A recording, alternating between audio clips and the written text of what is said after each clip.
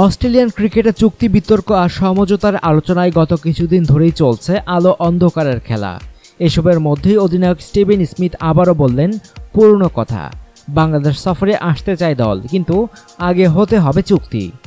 Cricket Australia সিএর প্রধান নির্বাহী James Sutherland গত বৃহস্পতিবার বলেছিলেন, এই সপ্তাহেই দুই পক্ষের সমঝোতা না হলে ব্যাপারটি স্বাধীন ও দ্রুত কার্যকর সালিসি আদালতে তোলা হতে পারে।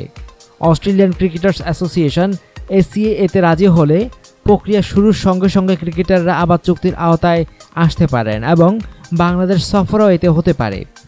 বাংলাদেশ সফরের সময় ঘনিয়ে আসছেই বলে এত তৎপরতা।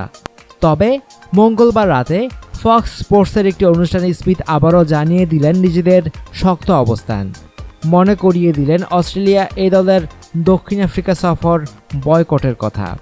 স্মিথ বলেন, আমি অবশ্যই চাইব বাংলাদেশ সফরে যেতে, তবে দীর্ঘদিন ধরেই আমরা যেটা বলে আসছি, আগে চুক্তি হতে হবে। এই দলের ক্রিকেটাররা যেভাবে শক্ত অবস্থান নিয়ে দক্ষিণ আফ্রিকা সফরে যায়নি, তারপর আমাদের সফরে যাওয়া ঠিক হবে না। সিএ ব্যাপারটি জানে, তাদেরকে জানানো হয়েছে। প্যাট হাওয়ার্ডকে আমি বলেছি যে চুক্তি না হলে ব্যাপারটি এদিকে এগোচ্ছে। গত কিছুদিনের ঘটনা প্রবাহে অনেক উত্থান পতন শেষে বেশ সুবাতাস বইছিল। অস্ট্রেলিয়ান সংবাদ মাধ্যমের খবরে যা ইঙ্গিত ছিল তাতে মঙ্গলবার দুই পক্ষের একটি সমঝোতায় পৌঁছানোর কথা ছিল।